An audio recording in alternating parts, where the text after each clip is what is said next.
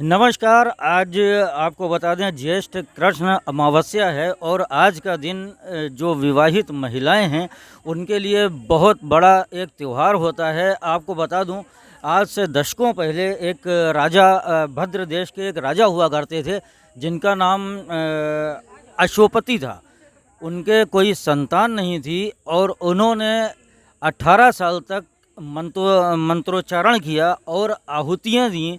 उसके बाद उनके घर में एक सुंदर सी कन्या पैदा हुई और जो कन्या थी उसका नाम उन्होंने सावित्री रखा। और सावित्री के बारे में आपको बता दूं मैं, सावित्री बहुत रूपवान एक स्त्री थी, एक कन्या थी। लेकिन जब उसके बड़ी हुई और उसके शादी का समय आया तो उसको योग्य कोई वर नहीं मिल रहा था। तो राजा ने अपनी बेटी से कहा कि आप अपने लिए कोई एक वर तलाश करें। वो तलाश करते करते करते करते एक जगह गई और एक राजकुमार को उन्होंने चुना, राजकुमार को चुना। और जब ये ऋषिराज नारद को पता चला तो ऋषिराज नारद ने अश्वपति राजा से कहा कि आप ये क्या कर रहे हैं, इस राजकुमार की उम्र मात्र 1 साल शेष है और 1 साल के बाद इसकी मृत्यु हो जाएगी। लेकिन जो सावित्री थी अश्वपति की बेटी, उसने कहा कि नहीं, हम लोगों में एक बार ही वर को चुना जाता है और मैंने इसको अपना वर चुन लिया है। अब मैं इसी के साथ अपना सारा जीवन व्यतीत करना चाहूँगी। ये कहते हुए उसने राजकुमार के साथ शादी कर ली। शादी करने के 1 साल के बाद जब 1 वर्ष पूरा हो गया और राजकुमार की जब मृत्यु के लिए यमराज आए तो यमराज ने को सावित्री ने रोक लिया। यमराज ने सावित्री से बहुत कुछ देने को कहा। सावित्री ने मांगा, वरदान मांगा कि मुझे 100 पुत्र हों और बहुत सारी चीज़ें, और मेरा जो राज्य चला गया है, तब तक उनका राज्य जा चुका था, वो राज्य मिल जावे। यमराज ने सारी बातों को हाँ कर दिया। और इनका जो राजकुमार था वो एक वट वृक्ष के नीचे ही उसकी आत्मा निकाल ली। तो यमराज ने सावित्री की जो पूजा भावना थी, जो उसका अपने पति के लिए जो प्रेम था, उस प्रेम को देखते हुए राजकुमार के प्राण को वापस कर दिया। इसी के लिए जो विवाहित महिलाएं हैं वो बरगद के इस वट के पेड़ के पास आती हैं और यहाँ पे धागा बांधकर उसमें अपनी मन्नतें मांगती हैं और कहते हैं कि वट पूजा करने से किसी भी तरह का कोई भी संकट पूरा हो जाता है।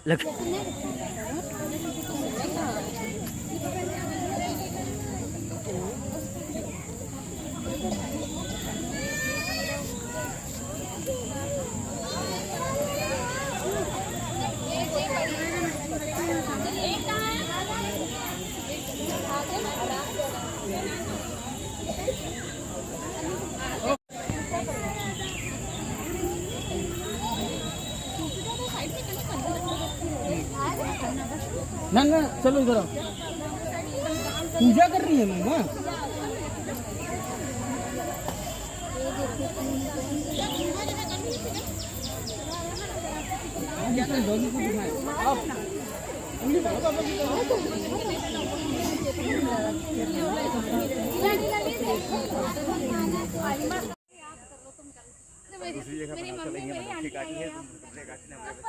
क्या नाम है आपका? क्षमता द्विवेदी। आपने पूजा की? हाँ। मुझे ये बताइए, ये पूजा क्यों की जा रही है? ये पूजा जो है अपनी पति की लंबी आयु के लिए की जाती है और पुरातन काल में इसमें वो जो थी वट सावित्री की पूजा की जाती है इसमें। तो सावित्री जो थी वो यमराज से अपने पति को वापस ले आई थी। इसी की मान्यता रखते हुए हम लोग इस पूजा को करते हैं। हाँ जी, तो आपको इनकी हिस्ट्री पता है सावित्री की? हाँ, ये थोड़ी बहुत मालूम है। ये भद्र देश के नरेश की पुत्री थी और सत्यवान इनके पति थे। इनकी शादी वगैरह नहीं हो रही थी, कुछ तो ऐसे ही कुछ मतलब बताया होगा किसी ने कि आप ऐसा करिए। तो जो है इन्होंने अपने 3, जब यमराज इनके पति को ले जा रहे थे तो इन्होंने 3 वर मांगे थे। उसमें एक अपने पितरों के लिए मांगा था कुछ, और एक इन्होंने कहा मैं पुत्रवती हूँ, तो अब ये पीछे पीछे जाने लगी। तो यमराज ने कहा कि आप मतलब अब क्यों आ रही हैं? मैंने तो कहा आपने मुझे पुत्रवती होने का वरदान तो दे दिया, लेकिन आप मेरे पति को ले जा रहे हैं। फिर उनको ये वापस करना पड़ा, उनके पति को जीवित करना पड़ा। ये थी थोड़ी। क्या नाम है आपका? सुमन वर्मा। सुमन जी, पूजा हो गई? हाँ हो गई सर जी। पूजा क्यों हुई?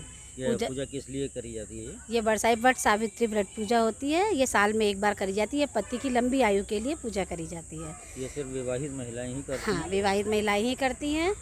जिस तरह सावित्री ने सत्यवान के प्राण बचाने के लिए सब व्रत सावित्री व्रत की पूजा करी थी, तब से ये प्रचलन हो गया। पत्नियां अपने पति के सुहाग के लिए व्रत सावित्री व्रत पूजा करती हैं। तो जैसा आज आपको हमने दिखाया कि आज विवाहित महिलाओं का एक सबसे बड़ा त्यौहार वट वृक्ष सावित्री पूजा है, और हमने आपको सावित्री पूजा की जो इतिहास है वो भी बताई। आज के दिन जो विवाहित महिलाएं हैं वो इस वट वृक्ष पे आती हैं और अपने पति के लिए की दीर्घायु के लिए भगवान से कामना करती हैं और भगवान से प्रार्थना करती हैं। यहाँ पर मेरे साथ कुछ महिलाएं हैं जो पूजा कर चुकी हैं। आइए हम उनसे बात करते हैं और जानते हैं कि आज का क्या इतिहास है और आज के दिन का क्या महत्व है। क्या नाम है आपका? जी, मेरा आरती शुक्ला नाम है। आरती जी, ये बताइए, आज आप लोगों का सबसे बड़ा त्यौहार है, अपने पति की दीर्घायु के लिए आप लोग कामना करती हैं जी। तो ये जो इसका क्या इतिहास है, कुछ आपको? ये हम लोग अपने पति की लंबी आयु के लिए करते हैं कि जिससे हमारे पति की, ये परंपरा हमारे पुराने युग से चली आ रही है कि हम लोग इसको पति की लंबी आयु के लिए रखते हैं और बड़े श्रद्धा और भाव से इसकी हम लोग पूजा करते हैं, व्रत रखते हैं। अपनी पूजा अपने पति परमेश्वर के चरण स्पर्श करके तब हम लोग पानी पीते हैं। ये आपको इसका कुछ इतिहास पता है? ये कब से आपका पूजा शुरू हुआ? हाँ, इतिहास पता है। ये एक्चुअली में जब हमारे सत्यवान थे, ये सतियों की बात है, जब सत्यवान थे तो उनके अचानक पेट में दर्द हुआ था, तो दर्द के कारण बहुत परेशान हो गए। उनके यमराज जी लेने आ गए थे। एक्चुअली में उनके बिल्कुल उनको ऊपर ही मतलब यमराज जी लेने ही आ गए थे।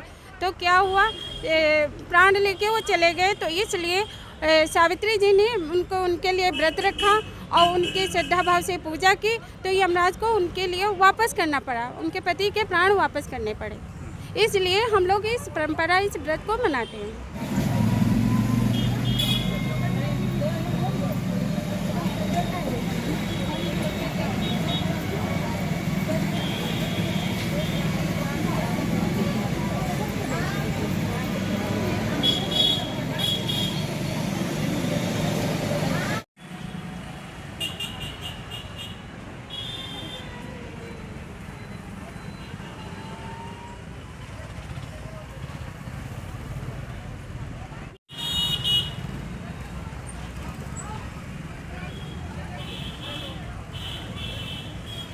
ख़त्म कर दें स्टोरी।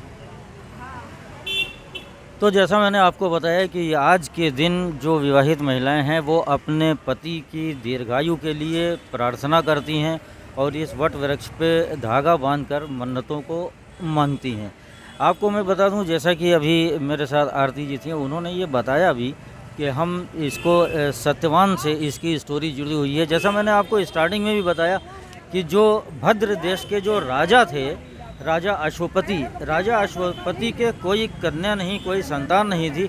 उन्होंने 18 साल तक के मंत्रोच्चारण किया और 18 साल के बाद बहुत सी आहुतियाँ दी। तब भगवान ने प्रसन्न होकर उनको एक कन्या दी, जिसका विवाह सत्यवान के साथ में हुआ। लेकिन सत्यवान के साथ में जब विवाह हुआ तो ऋषिराज नारद ने ये बताया कि इनकी ये बहुत अल्पायु हैं और 1 साल के बाद इनकी आयु 1 साल की है। ये सत्यवान को यमराज लेने के लिए आए तो सावित्री जी उनके पीछे पीछे चल पड़ी। यमराज जी ने उनसे कहा, आप क्या चाहते हो, क्योंकि ये तो विधि का विधान है, हम आपको इनको नहीं छोड़ सकते, मुझे इनको लेके जाना ही होगा।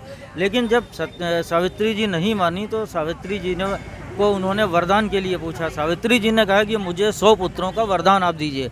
यमराज ने 100 पुत्रों का वरदान दे दिया और 100 पुत्र का जब वरदान दे दिया तो सावित्री जी ने कहा, आप इनको तो मेरे पति को साथ लेके जा रहे हैं, 100 पुत्रों का वरदान कैसे पूरा होगा। तो यमराज जी ने उनके प्राण को वापस कर दिया।